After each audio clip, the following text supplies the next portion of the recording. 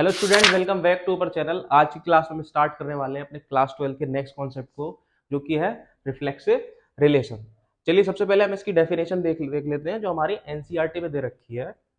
तो a relation R from set A to set A. अब यहाँ पे ध्यान देने वाली बात बच्चों ये है कि इसमें आपका डोमेन भी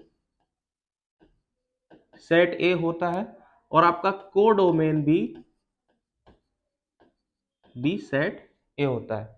A relation from set A to set A is said to be reflexive for all A belongs to set A if A comma A belongs to set R। अब इसका क्या मतलब है, इसको समझने की कोशिश करते हैं, एग्जाम्पल के थ्रू समझते हैं। तो इसके लिए हम सेट ले लेते हैं A। इस सेट से 1 2 3 से हमने एक सेट ले लिया। इससे आपको रिफ्लेक्सिव भी समझ में आ जाएगा, इसी सेट से सिमेट्री भी समझ में आ जाएगा और ट्रांसिटिव भी समझ में आ जाएगा। लेकिन अभी आज की क्लास में हम रिफ्लेक्सिव करेंगे तो समझते हैं। तो ये सेट हमने बनाया 1 2 3। अब यहाँ पर हमने इसी के थ्रू हमने एक रूल डिफाइन किया और हमने एक रिलेशन बनाया, जैसे 1 1 2 1 3 1 2 2 और 3 3। ठीक है। तो अब यहाँ पर आप बच्चों देखिए कि यहाँ पर एलिमेंट ए है, ए के अंदर 1 है, तो 1 का ऑर्डर्ड पेयर यहाँ पे मौजूद है। जी बिल्कुल मौजूद है। 2 है तो 2 मौजूद है इसमें। जी बिल्कुल मौजूद है, 2 भी है। 3 है तो 3 मौजूद है, 3 भी मौजूद है। तो इसका मतलब अगर हमारे पास जितने भी एलिमेंट हैं, हमारे पास जितने भी एलिमेंट हैं सेट ए में, उन सब के ऑर्डर्ड पेयर, मतलब अगर ए बिलोंग कर रहा है सेट ए में तो ए को बिलोंग करना पड़ेगा रिलेशन में। ठीक है। जैसे कि अगर हमारे पास ए दे रखा है, अब आप बोलोगे कि सर ये 2 1 और ये 3 1, इसका क्या फिर मतलब है? तो 2 1 हो 3 1 हो, चाहे हो या ना हो, उससे हमें कोई फर्क नहीं पड़ता। रिफ्लेक्सिव रिलेशन होने के लिए हमें ये 1 1 2 2 और 3 3 चाहिए, अगर 1 2 3 है। तो इसका मतलब अगर 1 2 3 मैंने एलिमेंट लिए, तो हमारे रिलेशन को हम रिफ्लेक्सिव कब बोलेंगे? जब हमें 1 1 2 2 और 3 रिलेशन के अंदर जब होंगे, तब हम उसको रिफ्लेक्सिव बोलेंगे।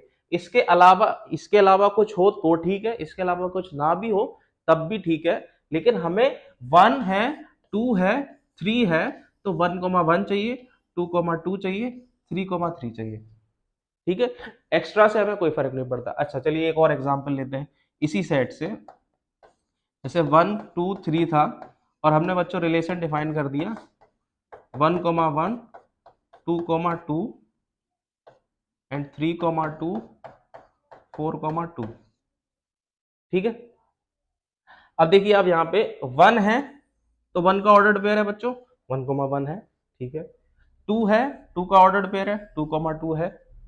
अब 3 का ऑर्डर्ड पेयर 3 इसमें है नहीं है, तो 3 का इसमें ऑर्डर्ड पेयर नहीं है, तो हम इसको क्या बोलेंगे? रिफ्लेक्सिव बोलेंगे या नहीं बोलेंगे? लेकिन आप बोलोगे सर यहाँ पर दो तो कम से कम मिल रहे हैं। नहीं, दो से मतलब नहीं है, जितने एलिमेंट हैं 1 2 3, अगर 3 है तो 3 का ऑर्डर्ड पेयर चाहिए, 3 चाहिए। तो यहाँ पर 3 है नहीं है, तो 3 नहीं होने की वजह से, एक 3 के मिसिंग होने की वजह से पूरे के पूरे रिलेशन को हमने रिजेक्ट कर दिया कि ये रिफ्लेक्सिव रिलेशन नहीं है। तो रिफ्लेक्सिव रिलेशन की हमने क्या डेफिनेशन समझी कि अगर हमारा सेट ए दे रखा है 1 2 3, तो हमें क्या चाहिए? हमें चाहिए 1 1 चाहिए, 2 2 चाहिए, 3 चाहिए, और इसके अलावा जो मिल जाए कोई दिक्कत नहीं, नहीं भी मिले तो भी दिक्कत नहीं है।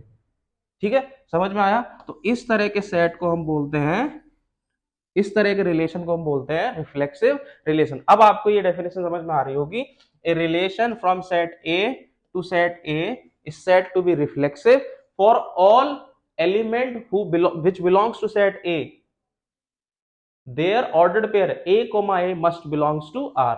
मतलब 1 2 3 अगर हमारे पास दे रखा है तो हमें क्या चाहिए? 1 1 चाहिए, 2 दे रखा है तो 2 2 चाहिए, 3 दे रखा है तो 3 चाहिए। बात समझ में आई? आई होप आपको ये वीडियो पसंद आई होगी। और आगे वाले हम लेक्चर में, आगे वाली क्लास में हम पढ़ेंगे सिमेट्रिक रिलेशन, ठीक है बच्चों, आज की क्लास के लिए हम इतना रखते हैं। Thanks for watching. जय हिंद।